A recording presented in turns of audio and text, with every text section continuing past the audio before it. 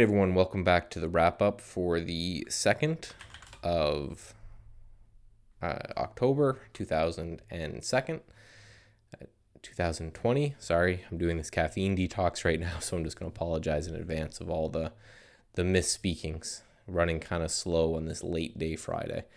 So essentially we had this kind of breakout here that we were watching, pulled back into the breakout area, gapped up here on Monday, and then kind of chopped around sideways here, you can see, for the rest of the week. Pretty common action. I know there's a lot of, this is the end, coronavirus is back, short it to oblivion.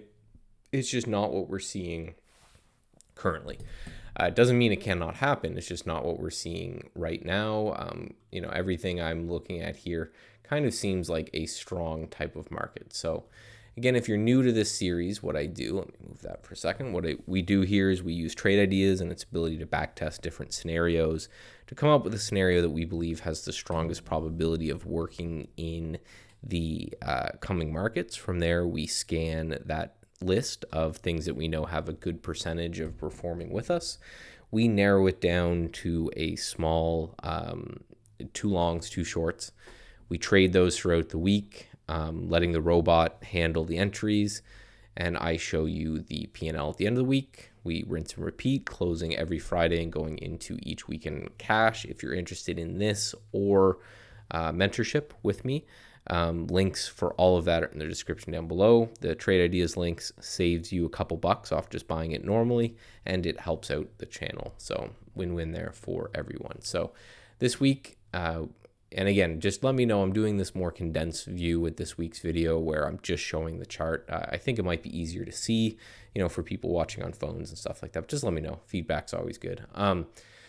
So here we are on, this is the P&L graph, essentially whether you were trading, 1, 2, 3, 4, or 500 shares of this, tracked out throughout the weeks. You can see the performance here is pretty good. And we finally got over to new equity highs. It took about 5 to nearly 10 weeks to get there, of just 2 months of really nothing one way or the other. A little bit of a pullback, a little bit of pop-up. Again, this is the reason why I do a lot of this stuff on this channel, is to show things like this, that this is how the market actually moves and this is how trading actually is. You're not going to make hundreds of thousands of dollars every day, unfortunately, but that's just kind of the way it goes. So let's look at last week's, what I was looking at for last week's, and I'll show you what is on the docket for this. So last week we had CRUS. Remember, we were looking to enter in this area here. We got that entry just barely, like almost missed this one, and we got about 3 points there. We had AEP on the long side. This was great, triggered in here on Monday. We were looking at this long-term support area right through here, and just noticing that it was bouncing off that a lot. Maybe if it broke over this this resistance area here, it could move higher. It did just that. And last but not least, we had FGN, which really just kind of chopped sideways. We were looking for it to break down under this area. It did. It looked good for a couple days, bounced back up. So, if the rules weren't as serious as they were, I would probably be holding maybe a bit of this. Just looking at the earnings, November 4th, so you have a long way away there for that as well. But again, this particular account, this particular trading style was built as almost like you're a portfolio manager, building a portfolio throughout the week, selling at the end of the week, using the weekend to build the next portfolio. And speaking of what we're looking at for next week, we'll lower this a little bit. For the long side, we're looking at a JCI here. This engulfing candle right here that's taken over almost a week or more of price action is very interesting. We pulled back here to the support area. You can see bounce, looked like we were going to gap through it, and then ripped back up in their face. So that's something I'm taking a look at for a longer move. And CZR, the same type of thing, but this is more of, you could call this a symmetrical triangle going on here, right at highs, like that. So I think if it breaks out of here, we've got a pretty strong push going on there. Next is RGLD.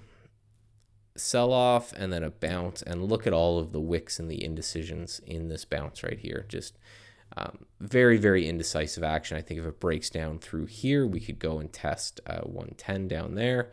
UCTT, same type of thing, but a little bit more of a bear flag here. So we got the flag here, and we got the pole here. It's coming back up to prior support that could be resistance, and then we could push down from there. So it's very interesting kind of market out there where some things are dramatically overperforming, some things are dramatically underperforming.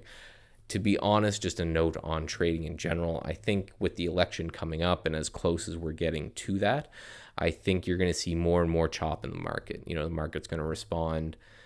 Again, before anyone gets political, I'm Canadian, no dog in the fight, and don't care. But if the market likes one candidate over another, or even so much to like what one candidate says over another, you're going to see these wild swings in the market. So even from a swing trader's point of view, I'm a little bit more interested in looking at the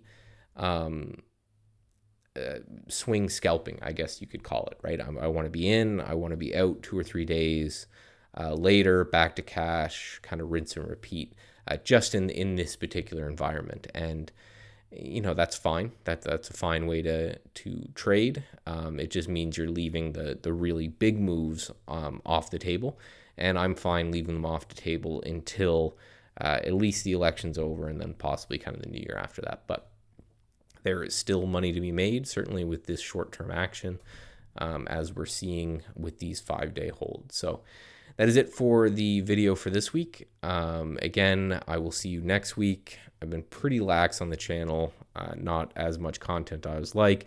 We'll start kind of building that up from there. A couple back to basic episodes just have to be edited, and they'll be up. And then I've got some other kind of cool plans going forward as well. So I will talk to you guys next time. Trade safe out there.